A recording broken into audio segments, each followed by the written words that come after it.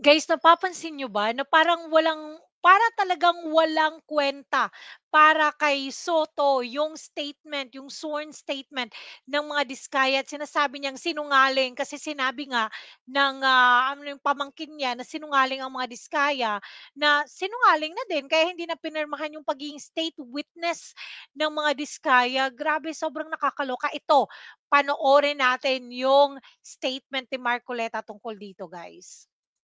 Punto ng in aid of legislation, Sen. Pangunahin. Iyon po. Pangunahin, hindi lang maiiwasan na talagang akala mo, meron nagpo-prosecute ka. Talagang ganun eh, kailangan mo magtanong eh. Kailangan mo magpalitaw ng ebidensya eh. Paano mo ngayon mapangangatwiranan na ang dami palang ganitong mga anomalya kung hindi ka kukuha ng tao na tutulong sa'yo. Kaya ko lang naimungkahi na kung sino man po ang gustong nagsalita na, ay nakausap po na po yung DOJ na nakahanda po silang tulungan kayo. Basta sasabihin po ninyo yung katotohanan at maituro ninyo yung mga taong nasa likod. Mas malalaki sa inyo. Ang nangyari nga lang, bumaligtad naman ang DOJ. O yun nga.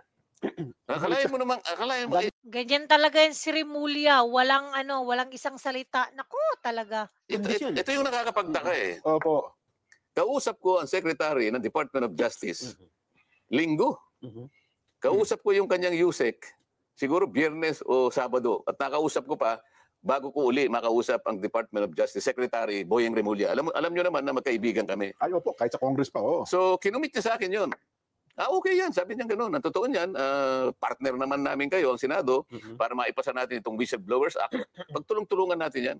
Sige, pangako muna sa kanila na Tingnan mo, so sinabi pala talaga ni DOJ na, sige, ipangako mo na sa kanila na poproteksyonan sila. Grabe, tapos alam mo yun, mabigyan natin sila ng provisional immunity. Kaya malakas ang loob ko sapagkat alam ko nakahanda siya na tulungan kung sino man ang tatayo talaga na magsasabi na ng totoo. Dito wala pa kayong tinutukoy kung sino? Wala pa. Naihinuha ko lang. Sabi ko, baka sakali. Baka salita, magturo. Kasi kako, na-upload ko na ito nung nakaraang hearing. Baka kako merong At saka sa programang ito, Sen, noong Biyernes, baka merong magkusa. Kailangan nakahanda ako. Kaya nga, tumawag na ako sa'yo. Mabuti naman ka ako, tumawag ka na rin sa akin para makonfirma natin na magkaugnay tayo sa layo ng ito. So, yung Witness Protection Program, legitimate na remedyo ito eh. Nasa batas ito eh. Pagkatapos sinabi niya, hindi ko basta ma-approve yan. Kinakailangan mo nang isoli muna niya yung mga nakulimbat nila. Ito na po yung magkapalitan na po eh. Magkapalitan na ito. Paano mangyayari yun? Yung sinasabi niyang restitution or indemnification, hindi kasali yun eh. Wala yun sa requirement eh. Hindi pinag-uusapan dito yung pagsusoli ng kung ano. Pwede siguro pag-usapan sa bandang huli yun. Pero dun sa punto na siya ay nag-a-apply sa'yo, apply pa lang. kaya niya lang gagawin yun, manganganib talaga ang buhay niya, kaya nagpapakover siya ng protection. Nakita mo yung inallege niya na may kinalaman di umano dito sa mga payola, yung mga payouts na yan, 17 congressmen. At 10 mga tao na yung iba ay private individuals at yung iba naman ay mga kawani at opisyalis ng DPWH. Sa mga tweet, 10 sa panig ng DPWH at saka pribadong mga mamamayan at 17 congressmen. Yun naman ang yun naman ang hinihingi ng Witness Protection Program. Manganganib talaga ang buhay niya sa ginawa niyang pag-expose sa pagsasabi ng katotohanan. Sa panig niya, yun ang totoo eh. Pero yung unang usapan niyo po ni Sec Boying, walang mga ganong kondisyon, Sen? Alam naman niya na wala eh. Kaya basahin mo yung batas. Napakasimple naman ang batas. Ngayon, ito naman aming bagong Pangulo ng Senado ngayon. Yun ang kanyang idinadahilan kung bakit yung sulat na binigay ko na dapat pirmahan niya para umabot sa Secretary of Justice. Nag-research naman ako eh, sabi niya. Yun na nga po, hindi na nakita ko na kinakailangan palang magsoli. Ang aking kinalulungkot dito, kung talagang nag-research sila, bakit hindi nila binasa yung batas? Wala namang sinasabing ganun na magbayad ka muna. Isang uli mo muna kung ina-allege na naku, turuan mo yang si Soto. Naku talaga, nakakahiya yan talaga, as in. ano man. Walang iniwan sa, yung i-rescue kita. Halimbawa, merong kidnap or ransom. Halimbawa, itong cameraman natin, i-rescue kita pero magbayad ka muna. Hindi pa, parang mali eh. Tama. Kaya mo siya bibigyan ng protection at hindi mo siya ihingi ng kahit ano. Dahil nga doon sa kanyang pagpapahayag, doon sa kanyang pagtulong sa iyo, sa panig ng Estado, magsasabi na siya ng totoo. Kasi mahirap eh. Kung walang tatayo na magwi-witness, sinong mahuhuli natin?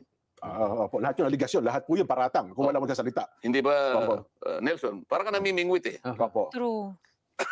Pag ikaw ay namimingwit, may pain ka. Opo, Correct. tama po. Anong gagamitin mong pain? Butete, halimbawa. Bulate. Bulate. Maliit na isda. Oh. Para makahuli ka ng malaking isda. Ayun. Correct. Pain. Kung walang pain. O walang pain. Wala Kasi pain. sino yung papain?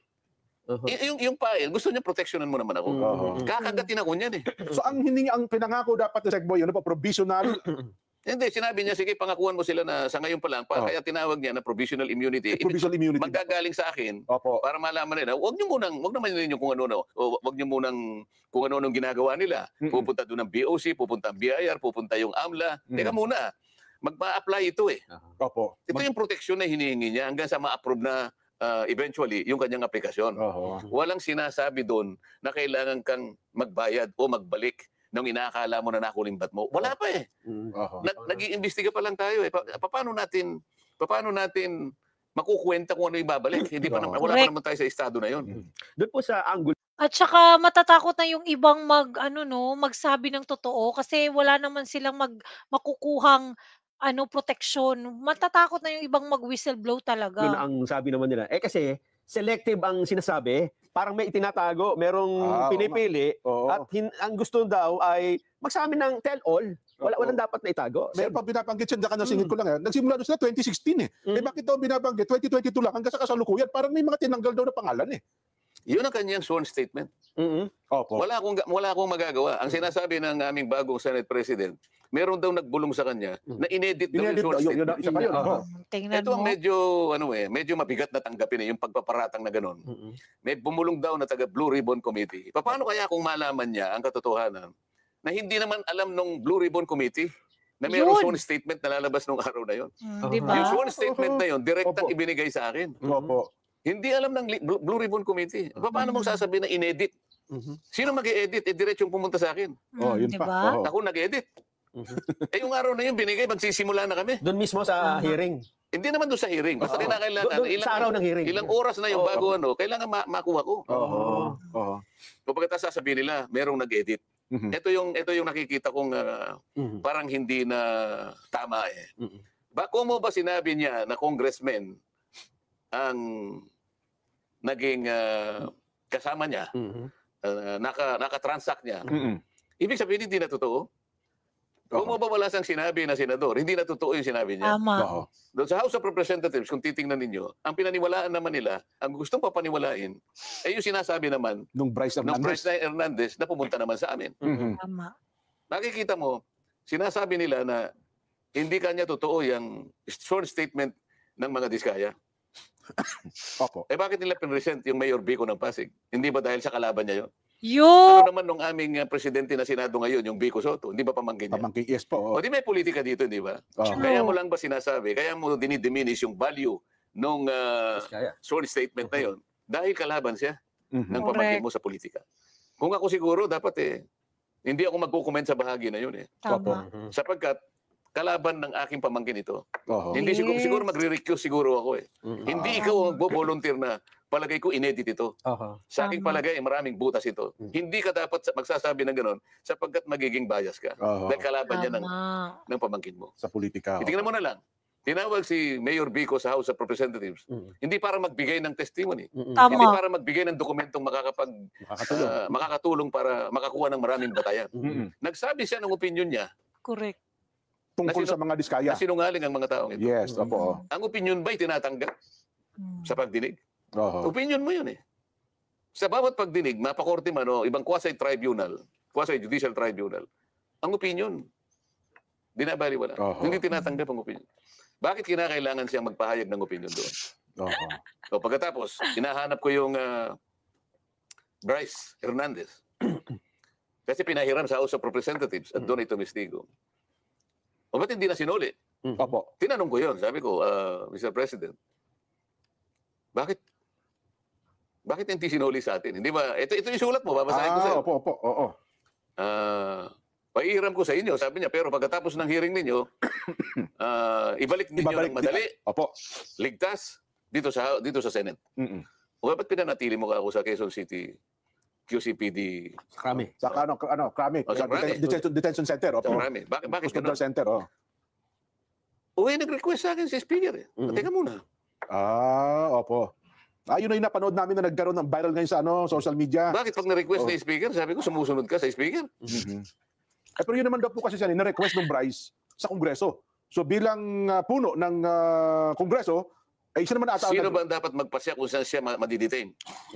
Yung na-contempt? Yung, o yung otoridad na nag-contempt? Yung nag-contempt. Kayo, nakastanding yung contempt order ng Senado. Hindi ka pwedeng mamili kasi ikaw ay nasa legal custody ng Senate. Nanganganib daw po siya doon, Sen. Kaya kapag hindi mo siya sinuli, binibigyan mo ng credentials yung sinasabi niya. Ayun. Sa mga tweet, sabi ko, hindi ko kayang tanggapin.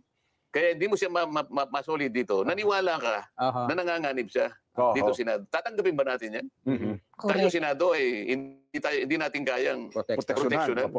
Ito ngayon ang problema. Sabi ko, medyo ba didiscrash ang integridad ng ating inquiry dito pagka ganyan? Correct.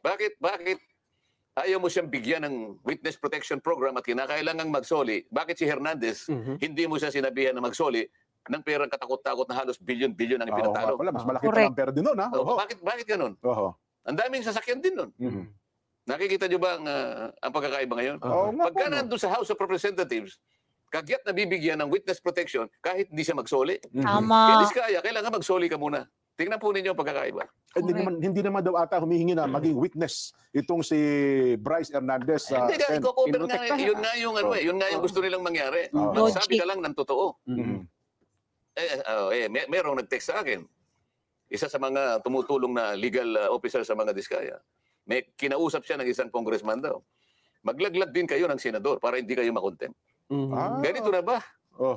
Tingnan ninyo, historically, ano ba nangyari kay Grijaldo, hindi ba? Opo. Ganon, sila yung gumagawa nun. Sa Senado, walang ganon eh.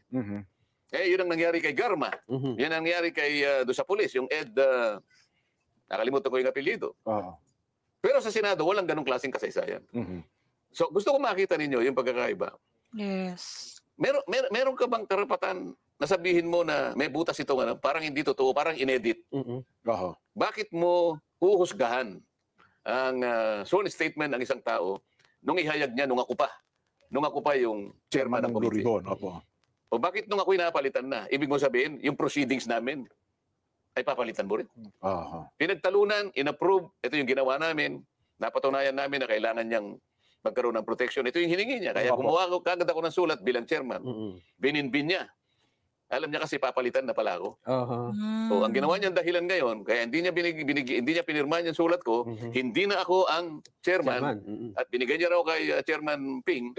Si Chairman Ping naman, nag-uusap na raw naman pala sila, kailangan magsoli muna. So, yun po yung nangyari. Sa mga tweet, yung aming ginawang proceedings, kino-question pa nila eh. Marami raw sa mga kasama namin ang dissatisfied sa direction na tinatahak namin. Yun pa po ang binabanggit. Siguro, liwanagin natin. Yung mga dissatisfied is yung mga minority bloc lang naman eh. Si Risa Ontiveros, si Kiko, Bam, at saka si Ping Lacson. Sila lang naman yung hindi satisfied doon. Nako, talaga. Ewan ko dyan sa kanila. Ano bang direksyon ang gusto nyo? Ayun. Di ba? Kami ang direksyon namin matuwid eh. Kayo, anong gusto yung direksyon?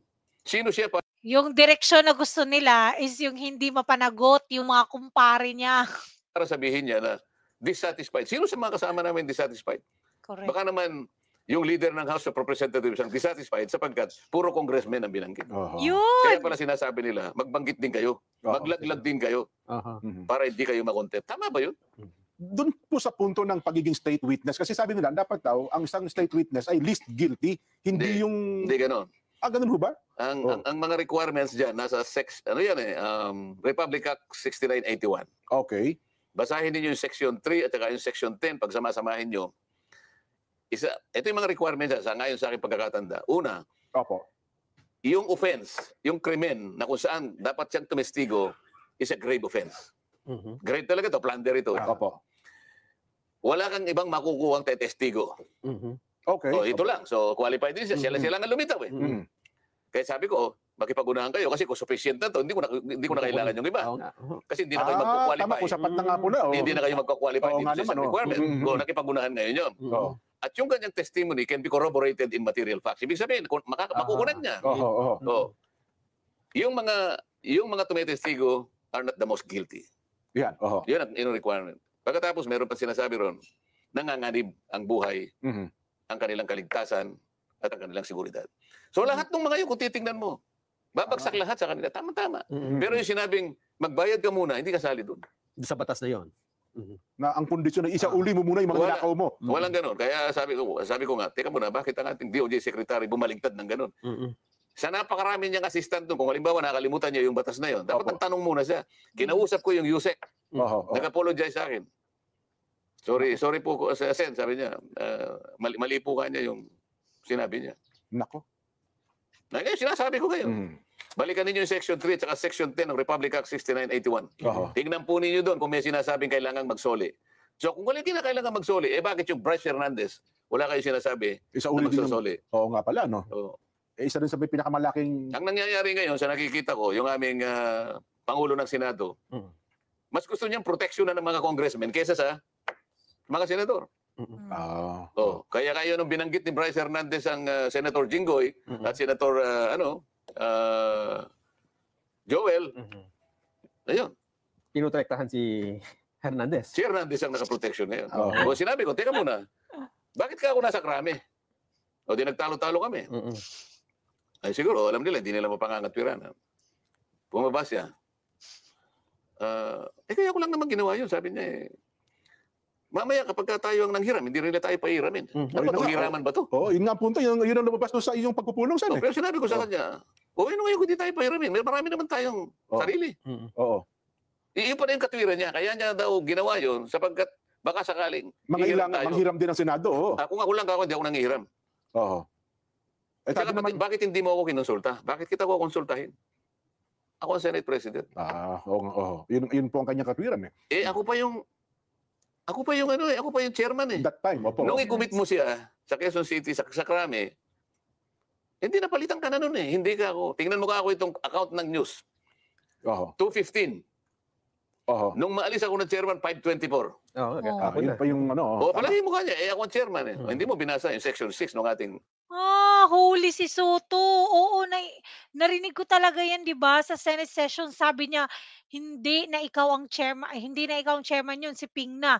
Tingnan mo, 215 pa pala binulgar sa media na nasa PNP na yung si Bryce, pero pala 524 pa na change yung committee chairman sa Blue Ribbon.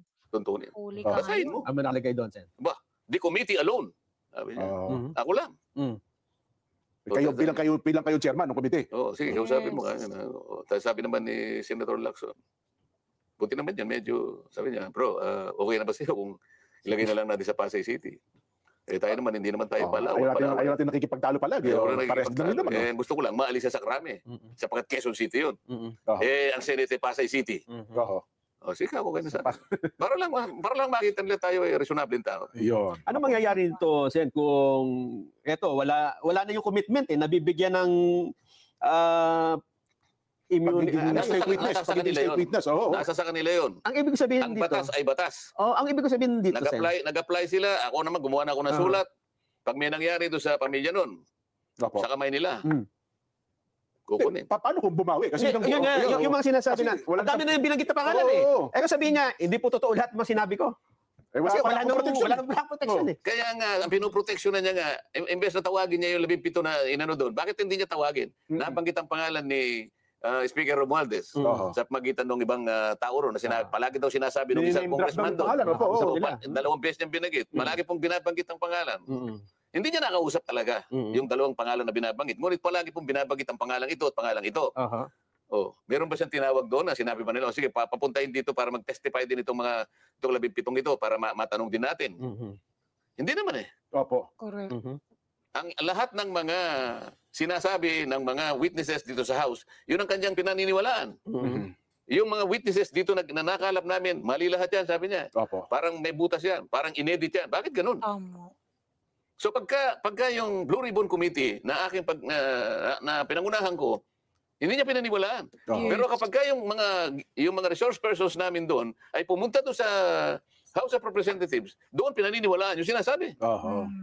Naku, pero grabe. Pero naniniwala siya na nagkasundo-sundo kasi merienda na lang pala kayo. Naniyaya. Grabe no, wala talagang ano-ano yan si Soto, nakakainis. Naku guys, ewan ko talaga, nakakagigil yan si Soto. Sa inyong palagay, ano ba? May mangyayari pa ba dito? Ewan ko lang.